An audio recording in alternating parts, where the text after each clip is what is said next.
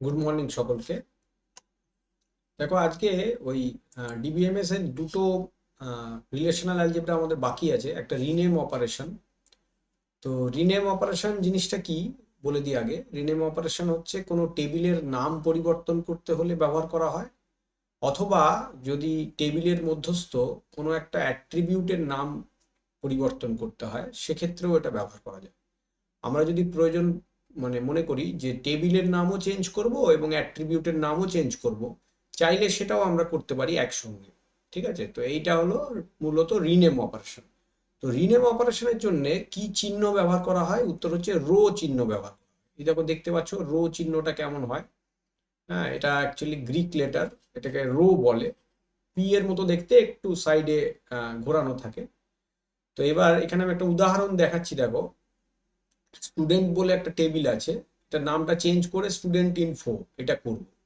তাহলে কি করব, রো লিখে স্টুডেন্ট ইনফোটাকে সাফিক্সে লিখব, আর ওপরে স্টুডেন্ট শব্দটাকে ব্র্যাকেটের মধ্যে যেরকম ভাবে অন্যান্য কোয়েরিতে লিখেছি সেইভাবে লিখব। ঠিক আছে।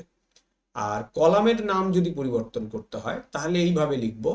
ধরো ক্লাস আইডি কলামের নামটা রোল করব। ঠিক আছে, তাহলে রো দিয়ে যেটা চেঞ্জ করে আসবে সেইটাকে লিখব। তার মানে রো এর তলায় নিচে সাফিক্সে রোল হবে, লিখে দিলাম রোল। এবার যে কলামটাকে চেঞ্জ করব সেই কলামটাকে পাই দিয়ে নিচে সাফিক্সে সেই কলামটার নামটা দেব, যেমন দিলাম ক্লাস আইডি। আর ওপরে ফার্স্ট ব্র্যাকেটের ভেতরে যেটা টেবিলের নাম, মূল টেবিলের যেটা নাম আছে সেইটা দেব। তো এইভাবেও আমরা পরিবর্তন করতে পারি। এটা কি হয়, অনেক সময় আমাদের একই নামের টেবিল হয়ে যাচ্ছে, বা একই নামের অ্যাট্রিবিউট দুটো টেবিলে আছে, সেটাকে আলাদা নামে দেখালে কি হয়, আমাদের অনেক কাজ করতে সুবিধা হয়। সেসব ক্ষেত্রে আমরা রিনেম অপারেশনটা ব্যবহার করে থাকি। তো সেই জন্য রিনেম অপারেশনটা দেখিয়ে দিলাম। তাছাড়া তোমাদের সিলেবাসও আছে, ব্যাপারটা কি একটু যদি দেখে রাখো ভালো হয়।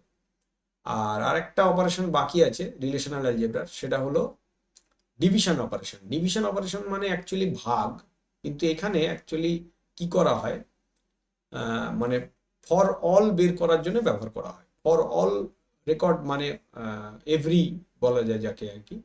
তো সেটা কি, উদাহরণ দিলে বুঝতে পারবে। ধরো আমার কাছে দুটো টেবিল আছে, এনরোল বলে একটা টেবিল আছে আর কোর্স বলে একটা টেবিল আছে।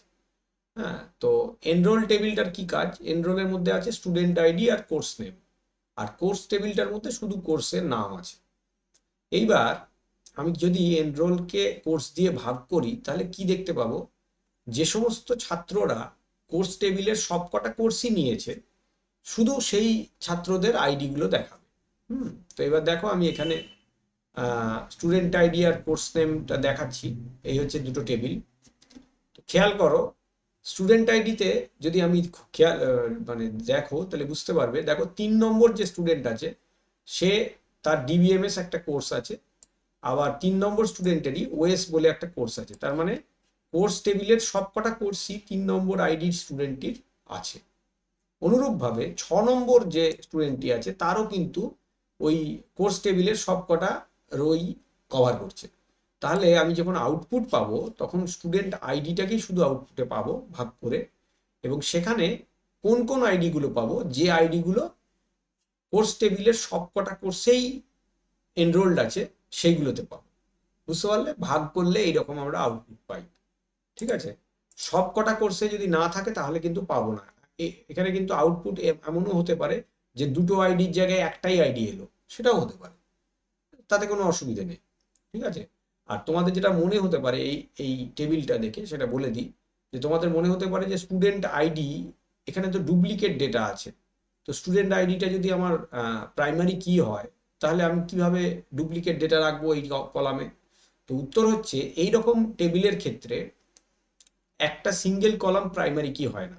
এরকম টেবিলের ক্ষেত্রে দুটো কলামের কম্বিনেশন যেটা, সেইটা হচ্ছে প্রাইমারি কি হয়। মানে তখন কি হবে, একই স্টুডেন্ট একই কোর্সে দুবার হবে না এন্ট্রি। এই জিনিসটা খালি খেয়াল রাখতে হবে। আদারওয়াইজ মানে কম্বিনেশনটা নতুন নতুন হলেই চলবে। তো সেক্ষেত্রে প্রাইমারি কি, কোর্স নেম এবং স্টুডেন্ট আইডি দুটোর কম্বিনেশন হচ্ছে প্রাইমারি কি। বুঝতে পারলে? তো এইভাবে আমরা এনরোলডকে কোর্স দিয়ে ভাগ করে এইটা আউটপুট পাচ্ছি।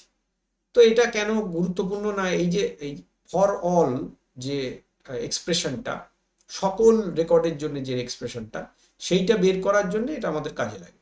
ঠিক আছে, তো এই হচ্ছে আমাদের ডিভিশন অপারেশন। তো একটু দেখে নিতে পারো তোমরা ডিভিশন অপারেশনের মানে সংজ্ঞা কাকে বলে, ছোট করে লেখার চেষ্টা করেছি। তো এই হচ্ছে মোটামুটি আমার রিলেশনাল অ্যালজেব্রা কমপ্লিট হয়ে গেল। পরবর্তী ভিডিওতে তোমাদের আমি আগে দেখাবো যেটা, সেটা হচ্ছে আগামীকাল দেখিয়ে দেবো কিভাবে মাইএসকিউএল লোড করতে হয়। মাইএসকিউএল আগে তোমরা লোড করবে, তারপর আমি মাইএসকিউএল ব্যবহার করে যে তোমাদের সিলেবাসে যে এসকিউএল কোয়েরিগুলো আছে সেগুলো একটা একটা করে চেষ্টা করব যতটা পারি কভার করার, নিশ্চয়ই কভার হয়ে যাবে। আর তারপরেই আর্টিফিশিয়াল ইন্টেলিজেন্সও আমরা করে নেব। বেশ কিছুদিন সময় আছে, এখনো আমাদের মাসখানেক সময় আছে, পরীক্ষার মধ্যেই আমি কমপ্লিট করে দেবো, চিন্তা করো না। থ্যাংক ইউ, আজকের ক্লাসে এইটুকুই রাখছি। আবার পরবর্তী ক্লাসে যেখানে তোমাদের লোড করা দেখাবো কিভাবে মাইএসকিউএল আমরা লোড করব, তারপর মাইএসকিউএল এর কোয়েরি পরবর্তী ক্লাসগুলো থেকে দেখতে পাবে। আজকে এইটুকুই রাখলাম।